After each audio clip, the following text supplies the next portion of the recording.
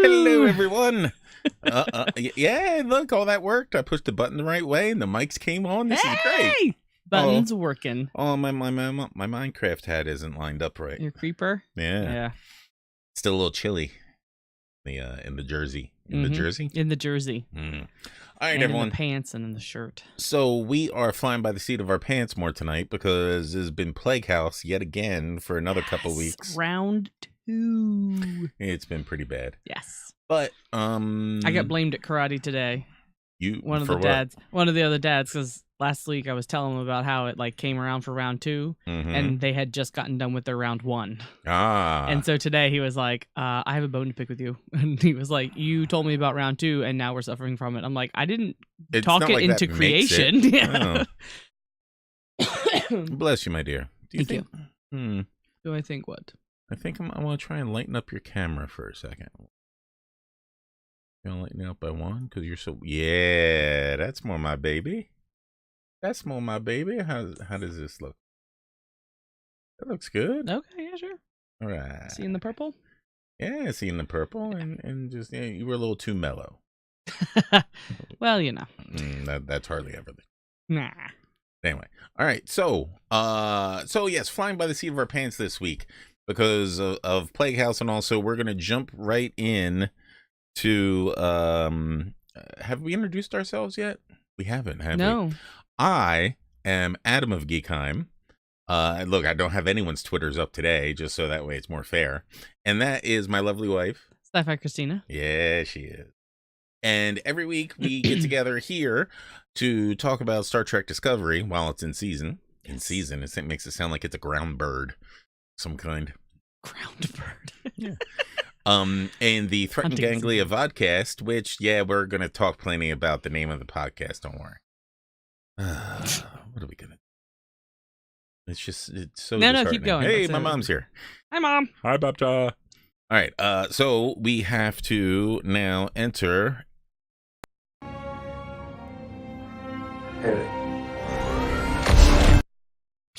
Yeah. I do enjoy that intro thing. She needs some drink. Yeah, I shouldn't have shoved dinner down my gullet right before we went on. You definitely shouldn't be washing it down with all that vodka you're drinking.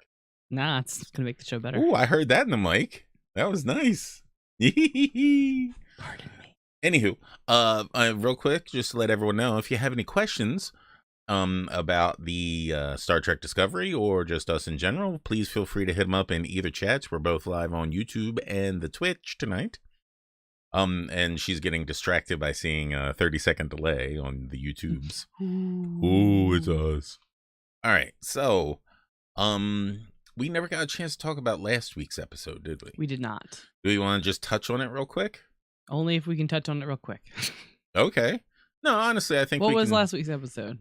Well, the week before last. Yeah, that one was the one that gave us all the exposition and the Klingons were back. Oh, yeah, that's right. And the Klingons were back and back. Amanda showed up. And Amanda showed up, yeah. Yes. So talking about it very briefly, for my part first, if you don't mind, I was glad to see a little bit of Klingon stuff going on. I'm both sad and happy with the level of Klingon stuff we're getting because we had a lot of Klingon stuff last season, and we're moved on to new stuff, but it is still interesting to me. The biggest thing was I was annoyed that it took to the second showing before I realized that L'Rell had her scars healed. And I was spoilers, just in case, but everyone should know. I was super freaked out by the way she was cradling that fake baby head. She wasn't cradling it. That was the thing. It was she was it looked like a doll head. Yeah. Like it was just like, I'm sure it was, right?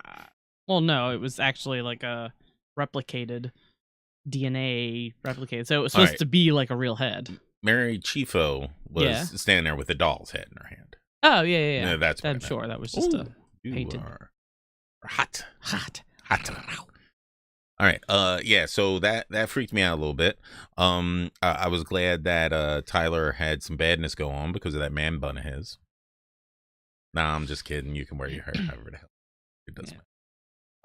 But yeah, that so far Even though it was the episode that was most like last season, I feel like that was the weakest episode so far this year, because there was just something off in the pacing or the It was very storytelling. much like, here's the story, like here's where the Klingons are, and here's how we're gonna get Tyler away from the Klingons because he's gonna go back, and and then the other one was, here's the exposition for Spock.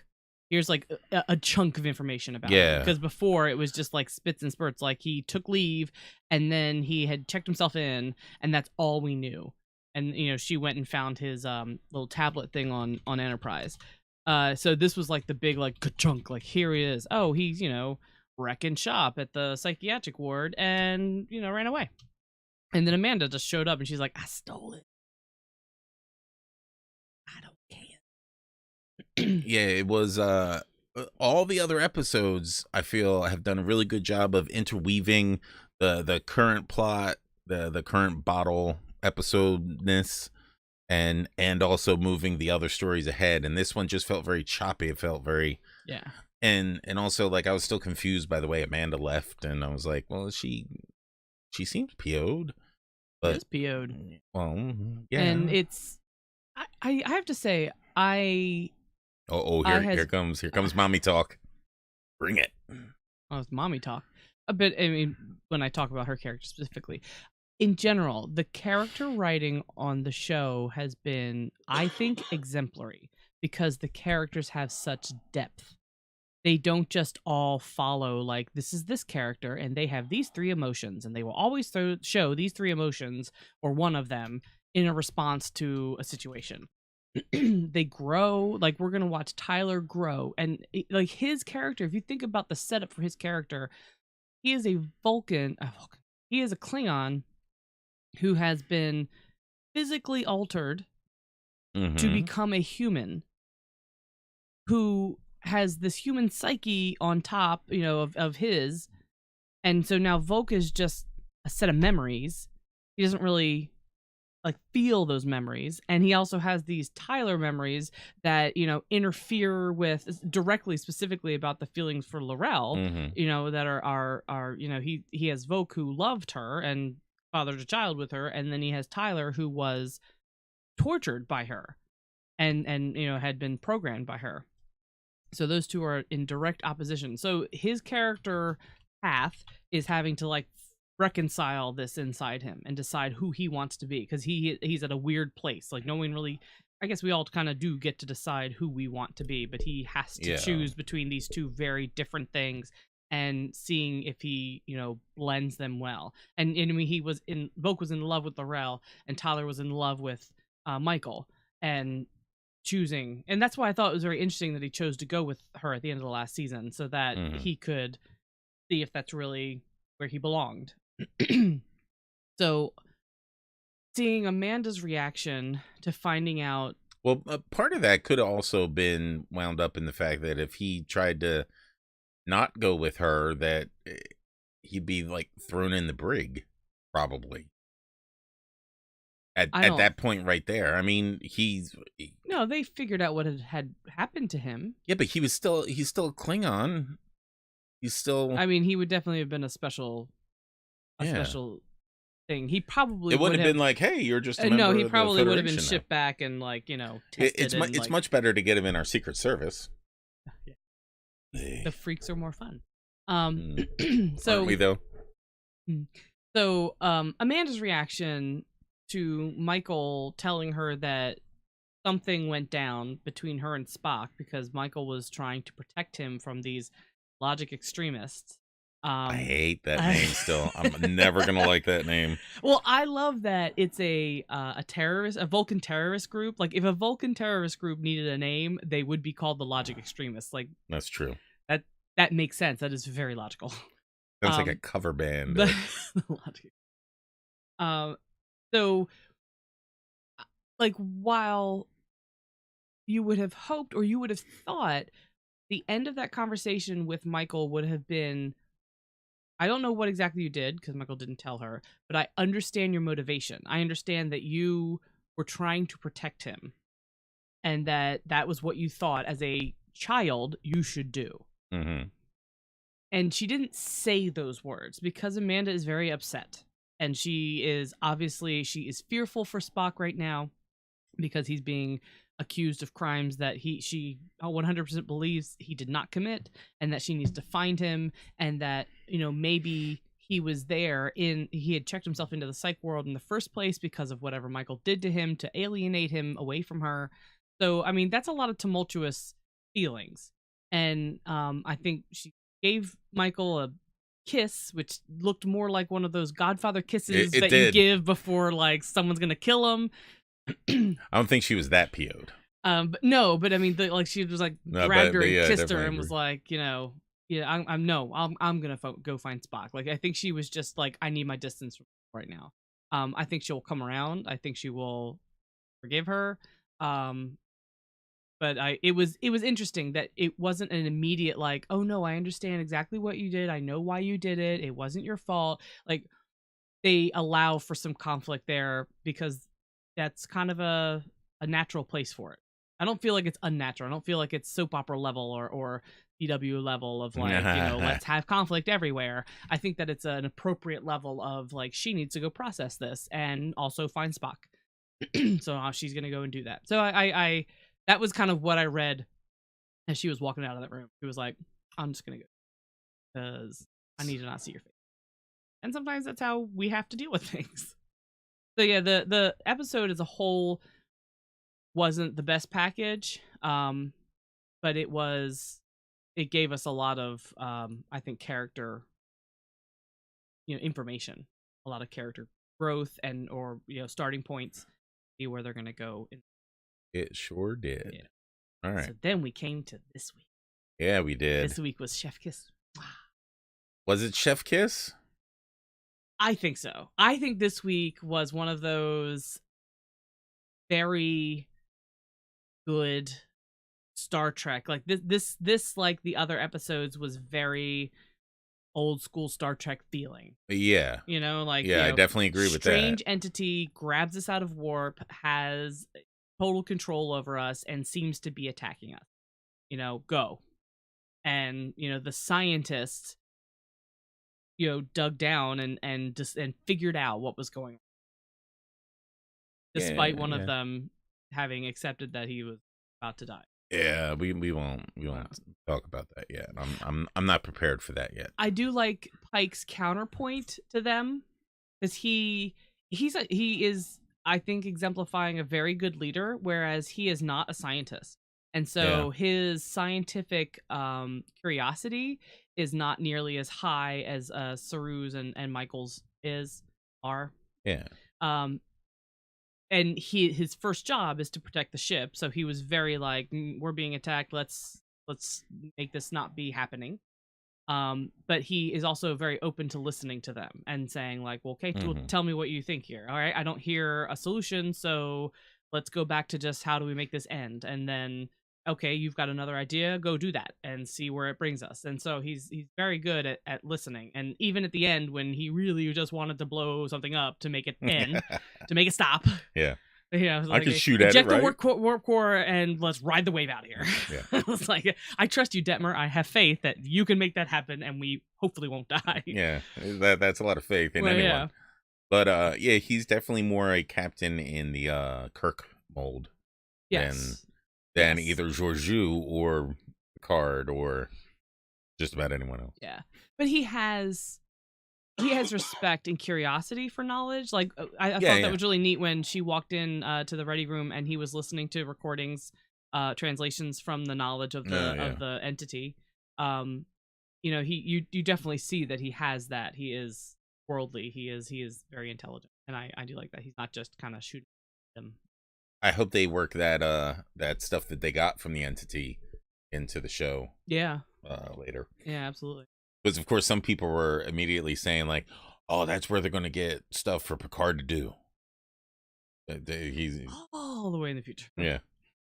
Someone filed that all that information incorrectly, and it sat around for 100 years. So yeah, and then our man Saru. Do we want to hit that now, or do we want to talk Tilly first. We'll talk Tilly last because that sets up next episode. Yeah. Okay, cool. So our man Saru. What's going on? See, you guys tried to make it seem like you were gonna kill him, and I knew, even if you hadn't had other scenes of him in previews this season, because I'm saying, oh, he was in other preview stuff, and you're all like, well, what if those were flashbacks? And I'm like, don't try and play that with me. I know better. They know better than to try and kill Saru. But yeah, but it was disheartening. It was so sad to see him sick. It was good to finally definitely know that in that first episode when he was in the galley having tea, and Burnham didn't leave with the thing, and his threat ganglia came out. I was so glad to finally know 100% that was salt that he was putting in his tea. You don't know how much that's been like. It's most likely salt, but he could have had a weird sugar shaker or anything else. It's bothered him since then. These are little things, little nuggets that stick inside my head for some reason. But yeah, all that stuff between him and all the emotional aspects between Saru and Burnham were really pretty awesome. Yeah. And it was the biggest emotional range I've seen out of her.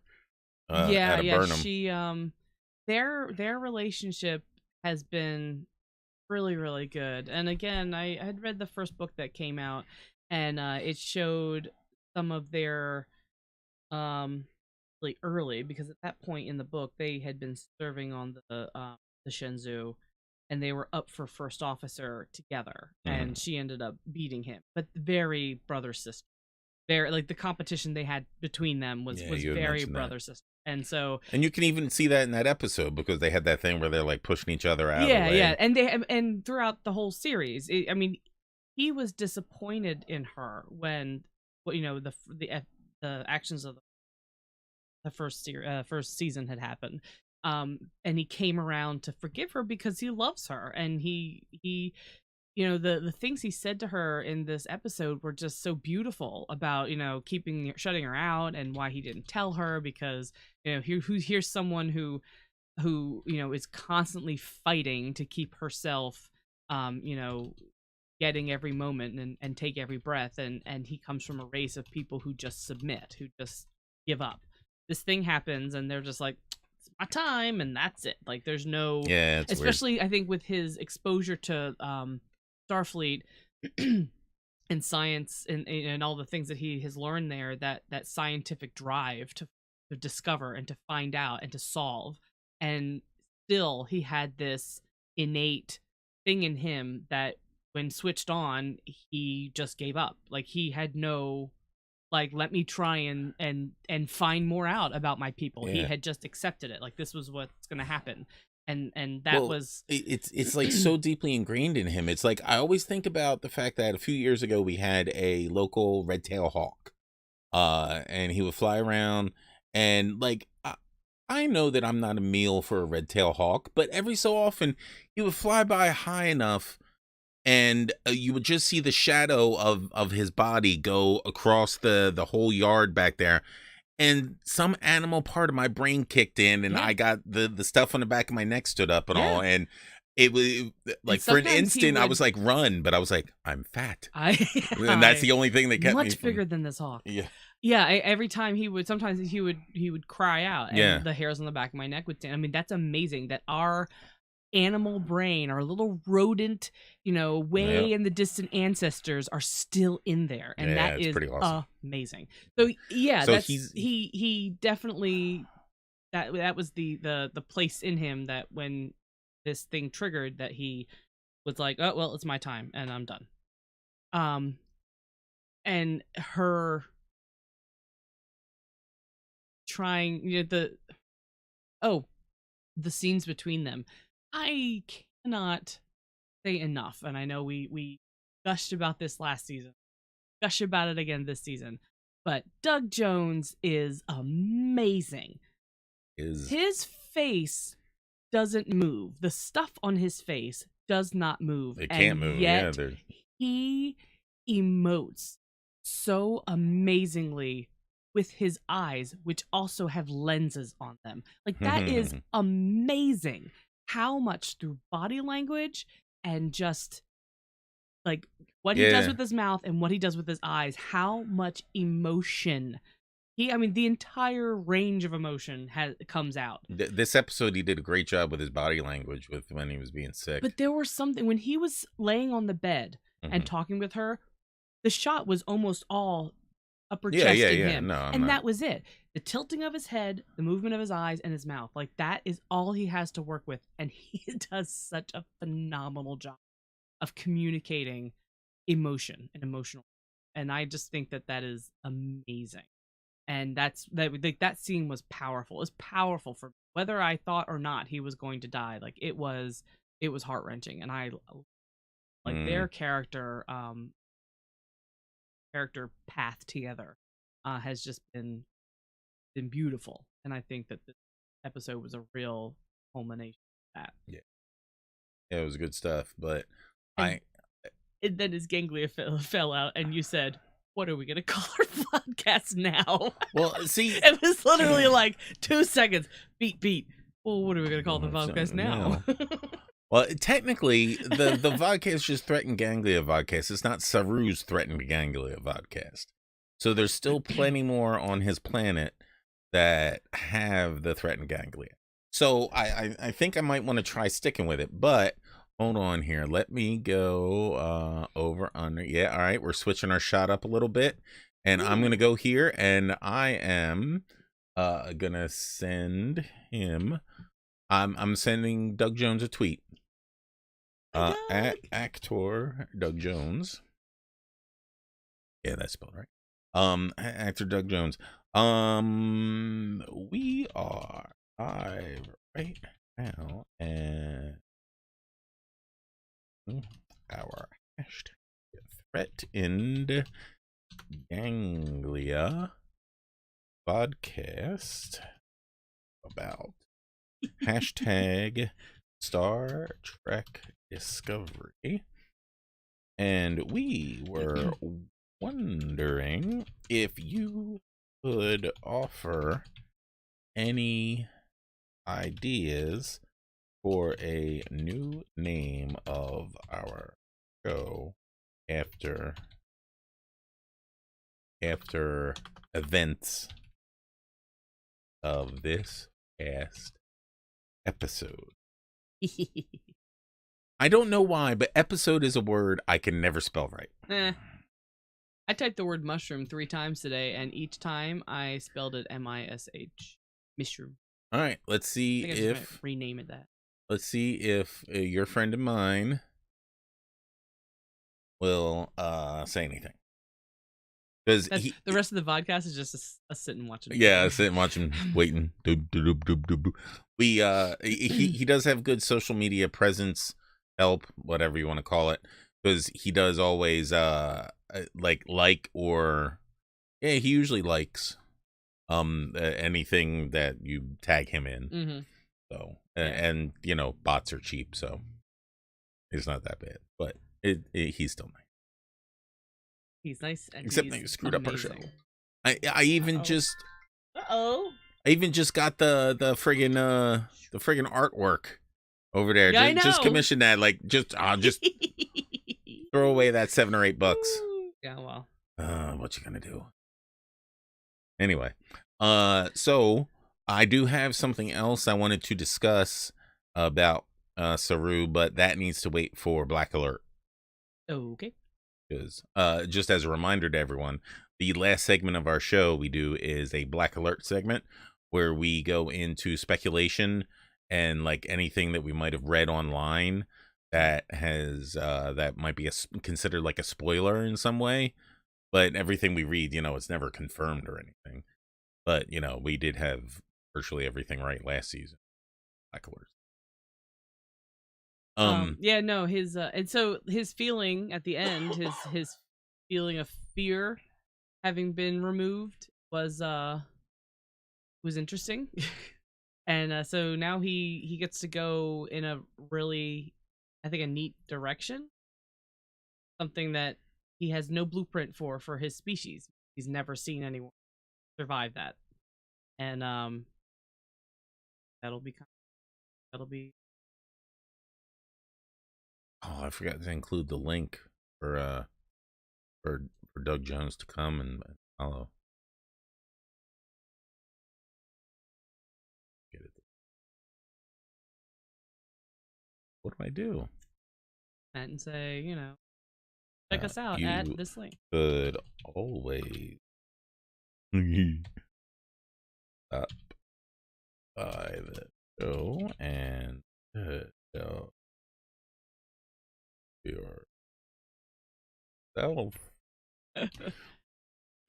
No, that sounds dumb. Just say, hey, you can always stop by the show, or stop by the show here, or here's the show link. Just make it short and sweet. There you go. Here's the show link. Here's the show link. Hey, shut up. You love me. Anyway, all right. So yeah. So is he going to go back to Kaminar and free his people? Black Alert? Oh, sorry. It's Black Alert? That's Black Alert. Yeah. On to Tilly and her fungal problem. Oh. Oh. Oh, no. Oh, you loved it so much. Oh, no. No, I did not. No, you did. You laughed. No, here is how much I dislike it. I dislike it so much I'm taking the time to load in my downloads folder, which is taking a really long time, and try and find where to go.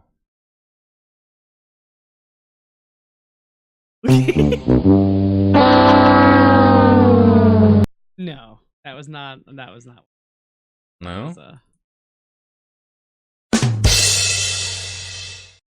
little bit of that. That was closer. So, yeah. Oh, that was in the last episode. There we go. We got a winner. I knew I'd find it eventually. Anyway. So, yes. In the last episode, she was going crazy. Yeah. That's right. I think every episode so far she's been going crazy. I love Tilly. Hush. I love her too, but so she thought she was going crazy, and she was yelling at her invisible friend, May. And so she quit the shadow program part of the training. Sounds like something from Section 31. Yeah. The shadow program. And she quit suddenly quit the training program because she thought she was losing her mind. And Michael, being logical, helped her walk through the fact that this was an alien presence and not just stress-induced. And so she brought her to Stamets, who found out that she had a fungus among us, and he immediately sucks it out of her body. Like I had a problem with that, and I meant to talk about it. Why?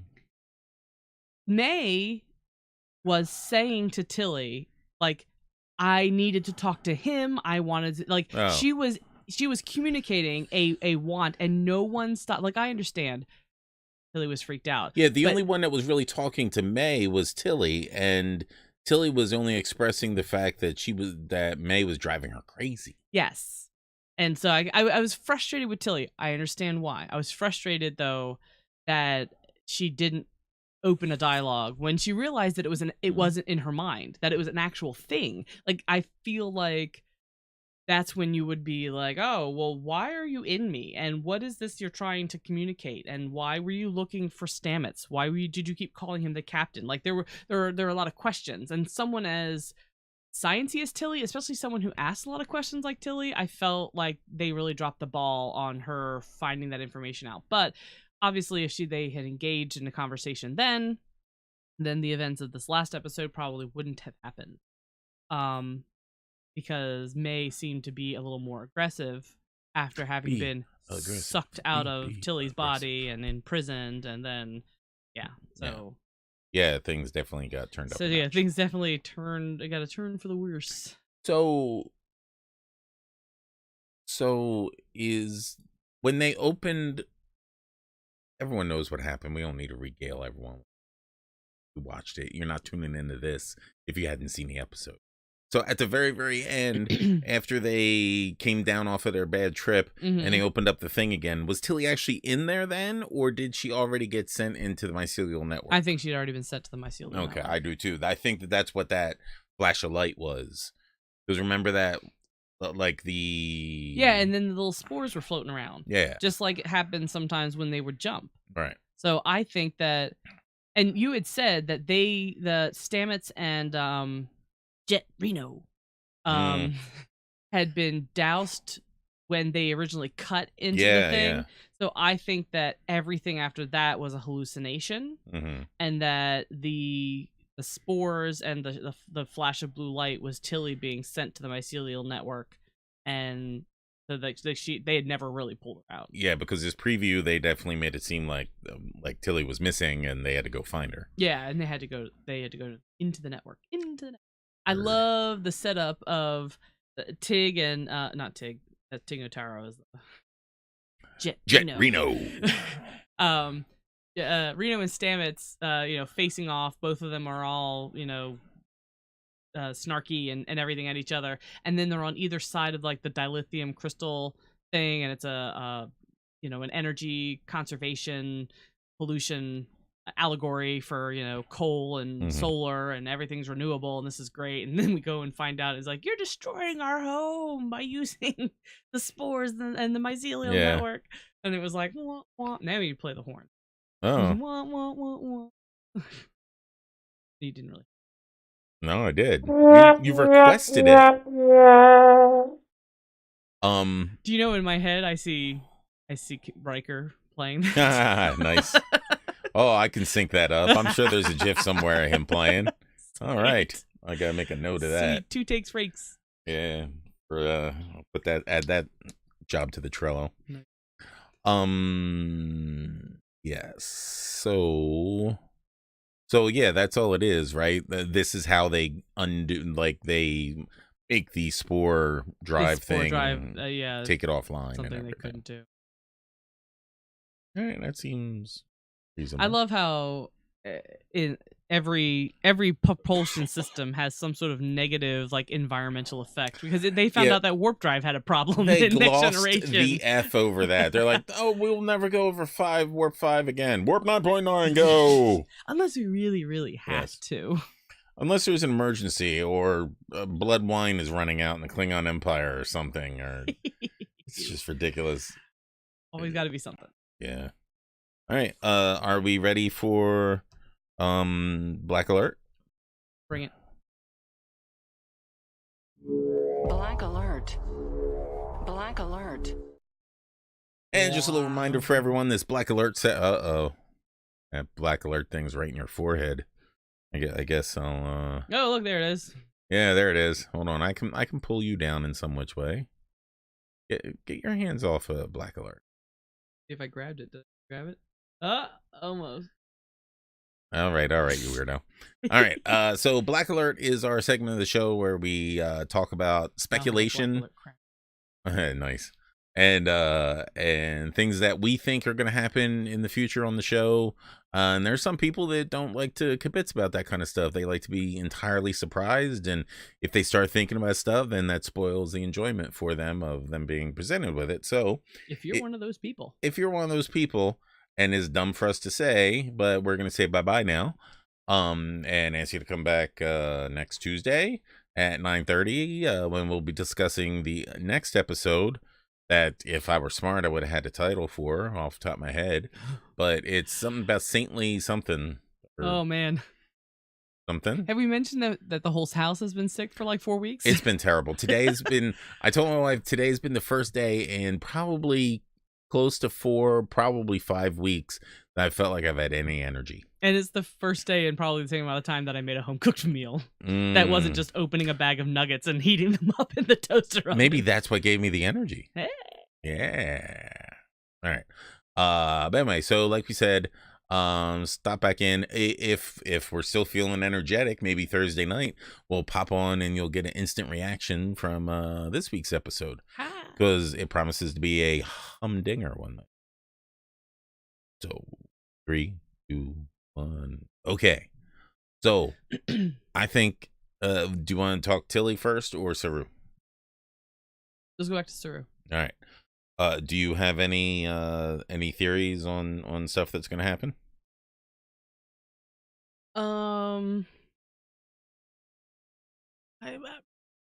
I don't know. Oh, I really? feel like it could be as straightforward as him just well, I think that he'll petition to the Federation like, look at this shit that happened. I think that my people are being controlled. How are wait. Let's go back a second. Can you see Saru saying, "Look at this shit that happened"? Even once his fear goes away. I think that I am just paraphrasing. Oh, okay. And using my own words. Sure. Oh, I derailed her, didn't I? Sure did. Look at this shit that's going on. Look at this happening. My people are being controlled. They're not being allowed to evolve naturally. So they cannot be subject to General Order 1. I want to go and I want to proselytize the look, your ganglia are going to fall out and everything's going to be hunky-dory. And they'll say, nah, because the Baul and the Kelpians have this whatever symbiotic relationship, and that's how it evolved, and so that's how it's got to go. Your people have to come across this naturally. And then I think that he will go back and save his sister. And I think he'll break General Order 1. I think that's unfortunately, I think now if I'm taking a big swing at this, I think that Saru's gonna end up breaking General Order 1 in a big bad way, and like Saru's not gonna be on the show next year. Like I think that he's gonna go and try and lead a revolution, a Kelpian revolution. And he's gonna like step away from Starfleet and like leave and like resign his commission and go there and try and get them, because we definitely have an episode coming up at some point this season where he confronts the Baul and meets up with his sister again. So that part's definitely gonna happen. Now what the result of that is, and now one thing that I'm worried about is I think I'm a little bit nervous. I don't want Saru to go charging in there telling all the Kelpians that, hey, listen, your threat ganglia is going to fall out, but you don't die from it. You're like me. I'm all big and powerful now. And look, I can kick people, just out of fear. And then I'm worried that he's going to make this discussion. There's going to be someone that is going through that period of time that, what was it called? I can't remember. Oh, the vapors. We'll call it the vapors. I'm sorry. So. Nope. Okay. Yeah, she's gonna need a few moments there. I do that to her sometime. I'm sorry. Hold on. I gotta cut down her mic a little bit. Pass the salt on my. Pass the salt. Nice. Very nice. But so he's gonna get back to Kaminar. There's going to be someone going through the vapors, and he's going to convince that person that they won't die when they lose their ganglia, and they'll go through that process, and that person will die a horribly painful death. And it turns out that Saru had his experience because the entity like triggered his stuff early. Mm-hmm. And so that's why like that triggering of it early let it go through that phase. Yeah. Let that happen. Yeah, so, I feel like they're that yes, I feel the same way, that the way they presented it was that there was a connection between him and the entity, and that's why his thing kicked in. His death. His vapors.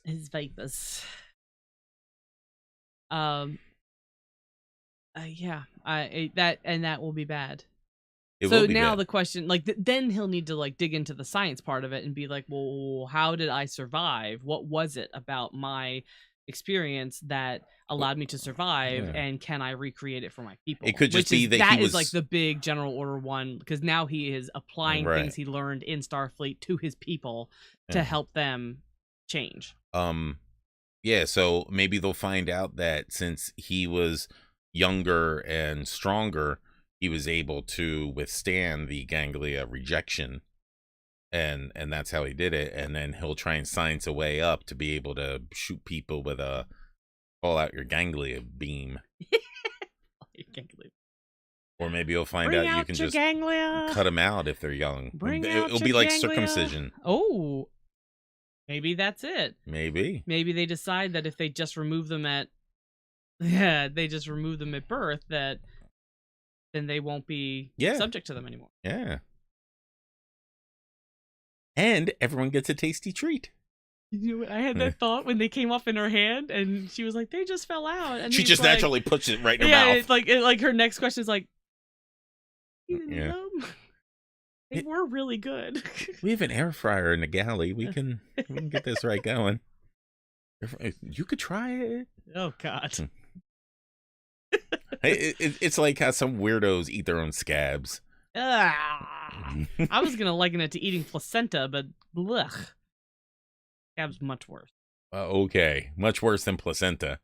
Something that sat around and marinated for 9 months. Yeah, but at least like it's an organ, like liver. Scab is like out. It's ew. All right, we're going down a path here. Sorry. Yeah. So easily distracted. So I think this even more so helps things out with getting Doug Jones, who's an awesome actor and does a ton of movies, off the show, because he can't stick around on that show forever. No. And it also opens up a captain's chair for Burnham on the Discovery. Aww. Because definitely after all this, like, Pike is sure to give her a recommendation on something. Yeah, on something. Yeah, I do love that this season she has been Miss Sally Follow the Rules. Yes, she has. Everything that's come up, she was like, "Oh no. I've seen what happens when you don't follow the rules. I will just be following them. Thank you very much." Yes, every morning she gets up and makes sure the tag is still on her mattress. Yep, that's still there. Whew. No one's kicking in this door today. Damn. Oh crap. All right. So Tilly. Mushroom Tilly. I think that they have a classic but straightforward Star Trek episode like they have virtually all this season, where May finally explains it to Tilly, what she's been doing, that she needed her help, and that they need to stop going in the Spore network. And they're like, all right, well, only one other end that we know of had that figured out, and we killed all those people. And we have the other one, and I'm sure that we can shoot this into a sun somewhere, and everything will be right. The captain wanted to eject a warp core. Why not just eject a spore drive? So now they'll box it up and put it in the same which vault. Is what Starfleet was already trying to do anyway. And Pike just busted out. What's that look for? I was in the middle of a joke. It's cool. Oh no, I'm sorry. It's okay. I was gonna box it up and put it in the same vault that the. But that was the problem. I was glad you interrupted me, because then I still needed to find the end of that. The Ark of the Covenant? Yes. He's on the same page all the time. Yeah, that's why I cut you off, because it was a bad joke. No. No. Yeah. I love you, baby. No, I know. Yeah. So I think it ends up being pretty straightforward. It sounds like, yeah.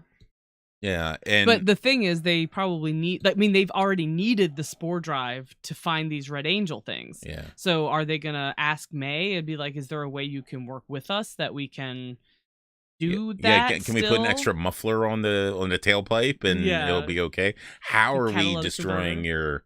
Yes. Your Why? How are we just wrecking shop through your community? Do you hate that Cassilian opera or whatever it is? He makes me play all the time. Is it really Culber's fault? So is this where we meet up with Culber? Because he's supposed to be stuck in the Spore network somewhere. I don't know of any other way they can bring him back on the show. Yeah. And they've made it clear that he's coming back. Yeah. So unless they cloned him or mirror Culber. And clearly that's what Stamets pre that sure did make a loud noise. It's like a bass drum over here. Stamets that made a lot of noise too. What is that called in the story when the gun shows up on the wall? That's foreshadowing. There's no pre in that word. Stamets foreshadowed it when he told Tilly, every time I go into the network, I see. He doesn't call him Culber. He calls him Frank. Hugh, yeah. Frank. Holy cow. Sorry. I was just going to start listing male names. Has there ever... All right, hold on now. Let's tax our brain and let's see. Has there ever been a character named Frank on Star Trek? Frank on Frank. Star Trek. I feel like one of the admirals may have been called Frank somewhere. Oh, there's a whole Frank entry. There's Uncle Frank. It was George's the uncle that in the Kelvin Universe movie that in like the cut scenes you don't even see him. Oh yeah, the one that Kirk stole the car from. Yep. So there you go. That's the one, Frank. Good call, honey. Hugh. He sees Hugh every time he does a jump. So in the network, he said specifically. So I'm sure that this is the episode where we will see Culber again, and there'll have to be a whole thing between him and Stamets about like, now you're really never going to be able to see me again. It'll be another goodbye. It'll be sad. I hope they go the real awesome route of Culber ends up snapping May's neck. Just like how he got his neck snapped. He's like, I learned this from watching Klingons. So yeah, no, I think it'll be a real fun rescue him, but there's science behind it, and the Federation is awesome. It'll be one of those. Yeah. But we still kind of need you. So can we just do a little bit more? Yeah, just a teeny bit. Because it's supposed to be the fate of the galaxy. So yeah. But they're gonna be like, but we're the Mycelial Network, bitches. Sorry, your galaxy's gonna blow up. That's true. If the Mycelial Network's a problem, but she only said it was like a problem for those ones living there, like whatever her type. Yeah. Of spore is. Or fungus. And there's plenty of other spores. Spores in the ocean. The Mycelial Network. So this is coming up on episode 5. There's 13 episodes in this season, and we still haven't seen friggin' Spock. I'm friggin' Spock. I'm at once dismayed by that, and also being like, good job, people, because I wasn't real keen on them having Spock in, and the fact that they're waiting it for this long is kind of cool in my eyes. Yeah. Because the show isn't about Spock. No, it's not. So I think they're doing an excellent job of. I mean, she had to place her feelings about him, and like there was a lot of pre-work that had to be done before she was ready to go all in and reconnect with him. Yeah, I do like it, and like that's a good story. That's like there's many stops on the way to rescuing him. It wasn't as easy as just like warp to this place, find that guy. Yeah. And I like that. This is a really good mystery that they have going on, and it's a thrilling novel where it's like a campaign. There's little sub stories that you have to accomplish to eventually get to the. It is very much bad. like either D&D campaign or like a video game. Yeah, where you have to step side through quests, and you have to to do that. Yeah. So I'm digging it, and I'm excited. I'm excited to see Spock too. They like this. All of this is building that anticipation. Whereas if he had just shown up in the beginning, it would immediately have been us comparing him to all the other Spocks, and this one is setting us up for this Spock and for how he is going to find himself. That was something that they had talked about before. That this Spock that we're going to meet is pre not the one that Leonard we know Nimoy. yet. It's not the one we know. It's not the one who had decided this is how I'm gonna integrate my human and Vulcan side, and I'm gonna lean more towards Vulcan and try and embrace the logic. This is finding himself Spock. Yeah. So, I hope that they do a good job with the discussion of like what's been in his mind with regards to the Red Angels. Yeah, because, like why he. I mean, we also need to know what they are. Like, what the hell is going on? What they are, and we need to know why was he so tuned to them that he has been having visions or dreams of them since he was a child? And apparently, like, no one else has, because you would figure that Starfleet is chock full of databases of weird sightings and stuff. Yeah, and just to constantly be like, oh no one has ever seen this before. a damn red thing. So I do look forward to hearing them try and have a take on Spock where he's like trying to figure out what this is. I want to see that because we all know what Spock is now and how he would fascinating and have it all worked out in his head what this thing is. That's kind of cool. And I just hope that because I'm starting to get at the phase now for this season where I was last season when we had decided that Volk was Tyler and that Lorca was from the Mirror Universe. When we would have been like, well, all right, if they're not, I'm sure we'll still like the show and everything, but I really needed to be that. It had to be like they had left enough breadcrumbs where that was the path we were on. Like it had to be. And there was a chance that. All right. What? My camera's been bouncing around. I'm like, I don't know why that's happening. And oh god, I'm leaning on the desk. Yeah. Sorry. No, it's cool. Sorry. Yeah, like it. I felt like that. It just felt so right. It just felt so right. Yeah. And this one, last season it really that's did. the thing I really like about this season is that they're not giving there's as many not a lot of breadcrumbs. There's not a lot of this is what's happening. Yeah. There's a lot of mystery, and that's what I really like about it. Like we don't have enough clues to solve the problem. We don't, and that does kind of give me a little bit of pause to worry because I enjoyed last season and all the breadcrumbs that they did leave. I kind of wish that. Because now I'm worried that we're going to find Spock and Spock's going to hit us over the head with a loaf of Wonder Bread. No. And just have all the answers. No, I think he'll jump us. Not. I think he'll jump us in exposition. And that's the thing. Like the last episode was a jump of exposition. Like we had tiny breadcrumbs and then it was like, woof, here's what's happening with Spock. And I think that's what's going to happen. We're going to do it again. And then Spock's going to show up and it's going to be, woof, here's what's happening with the Red Angels. More information, but it won't be a solved amount of information.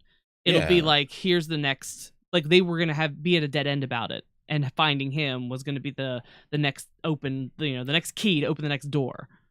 Yeah, but all the commercials have him apparently talking with Admiral Cornwell, saying that she's supposed to be in this next episode too. We'll see if she is. Then I'm wondering what's going to be up with that.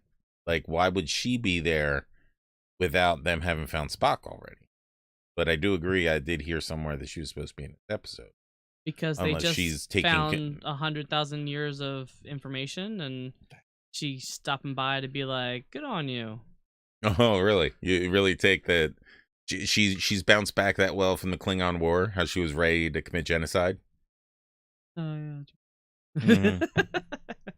I guess they've given Sarek some leeway because, like, she talked him into it, but Sarek was going to go along with that plan too. Well, I think he felt like that was the only logical solution. Sure, it's fine. What's for them? Yeah, hard. There's the Vulcan goodbye. Vulcan hello is we blow up a ship. Vulcan goodbye is we kill all your people. Yeah. Sweet Georgia Brown. Anyway, all right. Any more Black Alertness? I don't believe so. How do you think Section 31 is going to fit into this week's episode? Because they were in the trailer. I feel like that's why Cornwall is going to be there. Like saying, watch out for Section 31, or no? I think that she's going to bring Tyler. I think that's what's going to happen. I don't think Tyler's going to join Section 31. I think he's going to ask to go back to Discovery. And she's going to deliver him. Oh, nice. I feel like that's the thing. Yeah, because he does end up on Discovery. Mm-hmm. But I bet you she does too. Oh, no, she definitely does. Georgiou. Yeah. Yeah. Yeah, so. And maybe she shows up there to try and get Tyler back. Ooh. All right. Cool. We touch on everything that we wanted to. Still, don't think you're getting one over on us. We know that the recasting of Arium has something to do with all this. She's a Red Angel. No, it doesn't. We know that. Oh, May's the mole. The mole that Tilly had off her forehead. It all makes sense there now. You go. I was like, you didn't say anything about the mole. Oh, is it bedtime? Oh, it's bedtime, everyone. Time to go to bed.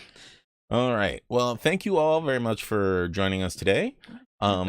If you ever have any questions during the week or right after, hit up at Sci-Fi Christina on the Twitters or at Adam of Geekheim, just like it says over there. I almost pointed the right way the first time. Hey, that was pretty cool. And next week, maybe I'll have both our Twitters up on the screen the whole time. Maybe not. I don't know. We kind of threw this together quick. Yeah. But it was fun. Whatever. Yeah, we did this one with no notes and no prep and everything. Yeah, it was fun. Yeah. It was a lot easier. So yeah. I don't know what she's tweeting out right now. She look. Oh wait, hold on. Let's. I was checking in to see. Let's do on Doug Jones watch. Any notifications? Uh-oh, notifications. Oh my God. Yes. What? Yes! Oh no. What? That's fantastic. Yes! How about Ganglia Evolution? Holy cow. Yes. That's I love you, Doug Jones. I do. Oh my. Yes, Doug Jones replied. Well, all right. Someone in Doug Jones' team replied, but that I feel like he is somewhat of a hands-on. Like he was asked for input at least. I want to feel that too. I want to feel. But that whew. Yeah, Doug Jones. All righty, folks. We have the name of the new name. Get to that. I'm so glad that I checked that just before we left. I know. I was like, oh, I'm gonna go check Twitter.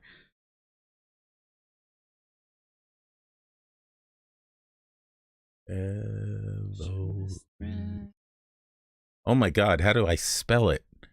EVOLUTION. All right.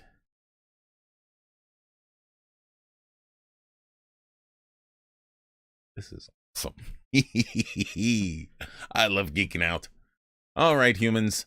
We will. Oh, I've got you all up on the camera. There we go. Hi. Hi. No, it's all good. All right. So thank you once again for showing up to what was it? What do we call it now? Ganglia Evolution. Ganglia Evolution. I'll change that for next week. Don't worry. And I don't know what we'll do. I have to commission more artwork. I have to reach out to my artist.